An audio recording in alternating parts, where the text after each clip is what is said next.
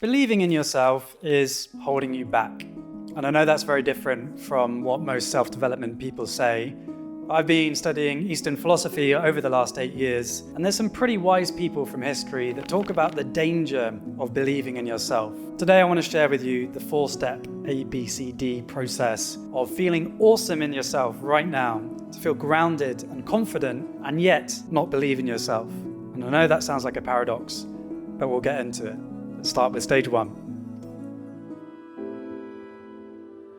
One of the main concepts in Taoism, the ancient Chinese philosophy, is poo. It's not what happens in the toilet. Poo is a term that refers to the uncarved potential and perfection found in nature.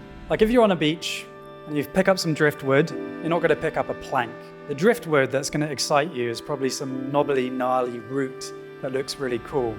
The Taoists talk about how that supposed imperfection actually has beauty in it. And that is true for us as well. In our uncarved form, we have great potential. And that is so different from the messages that we're given in self-development, that we need to have a huge house, we need to have a beautiful partner, we need to be adored by everyone, and then we'll be enough, then we'll be successful. Whereas the first stage of feeling awesome in who we are right now is to just acknowledge the complexity and the beauty of being a human being. Can you celebrate your uncarved form, even with all the supposed flaws and maybe things that you wouldn't want?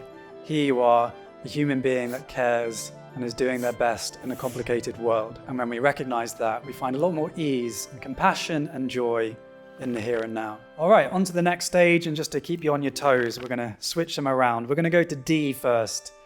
D stands for door.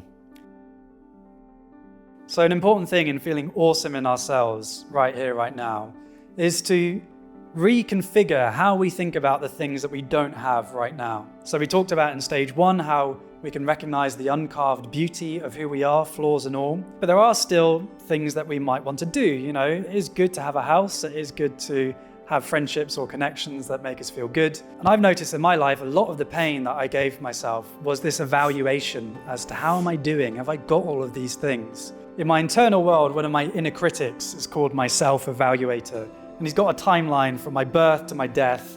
And he says, George, you're here. You really should be here. You should be more financially secure. You should have a girlfriend and you should have a lot more right now. And yeah, that can be painful when I have that self-evaluation. So the idea with the D for doors is to, instead of just seeing the things that we don't have in our lives as somehow reflecting our not enoughness, as something that we can judge ourselves to be flawed in right now, can we instead see them as doors? We haven't stepped through them yet. There's 10 things that maybe we want in our lives.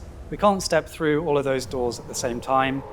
We can only choose one at a time or 2 at a time. Suddenly, isn't that so much more at ease? It's not that we don't have these things and that makes us incomplete.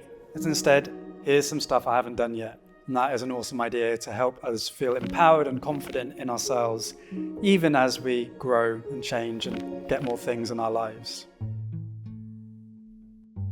All right, we're on to stage 3, and this idea has been one of the biggest in my personal healing.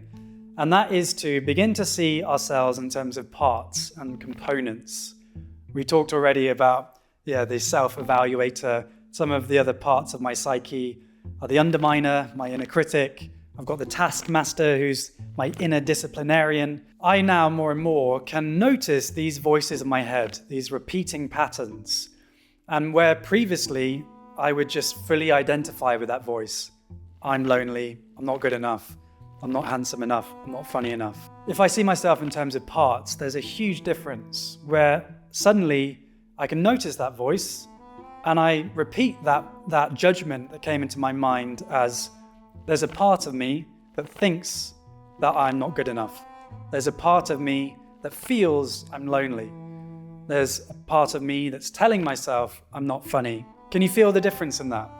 Such a big difference between I am and there's a part of me. And when we begin to recognize the parts in our internal world, we then also connect with our wise self, that which watches all of these different aspects of our psyches and the painful thoughts or the joyful thoughts, and our wise self can begin to discern and evaluate what's really going to serve you in your life. I imagine all the parts of my psyche around a table, and my wise self is the leader in a council meeting.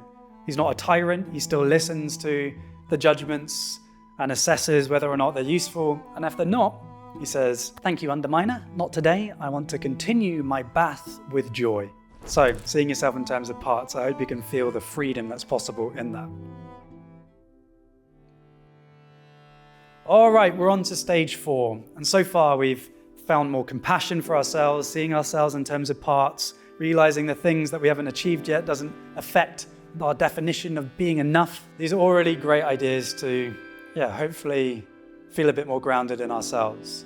And here is a crucial 4th step, which often people miss, which is that we can also just let all of this thinking go.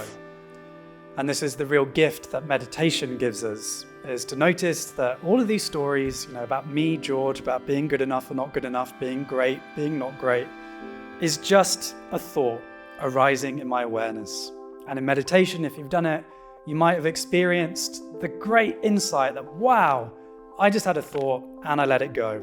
I didn't need to identify with it. Such freedom to be found. And we can get really deep with that. And really, for me, this is the gateway to spirituality. And for me, that is an inclusive term, a connection to something bigger than myself.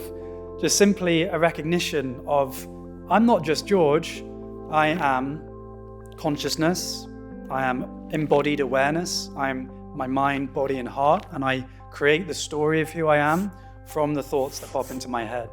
And that understanding means that I have the freedom to let the stories go and just rest in presence. And here is a beautiful quote from Rumi, the great Sufi mystic. "There's nothing to believe.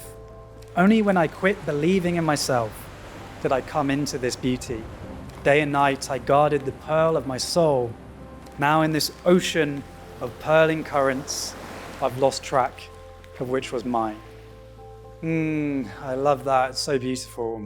And I can notice in my own mind, I evaluate, am I happy? Oh, I'm happy today, I'm not happy today. How am I doing? And that evaluation is tiring. Actually, there's another option. Instead of saying, even I'm happy, I believe in myself, is just to come back to I am. I'm here. I'm not a human doing, I'm a human being. Can I rest in presence? And there's so much freedom to be found there. So for me, that ABCD has helped me feel more grounded and confident in myself, and yet believe in myself less. And hopefully that makes a bit more sense now. I'd love to hear your thoughts on how you feel grounded and enough down in the comments below. If you'd like to keep exploring with me, there's playlists and videos here. I hope you have a beautiful day and you can celebrate the complexity and beauty of your being.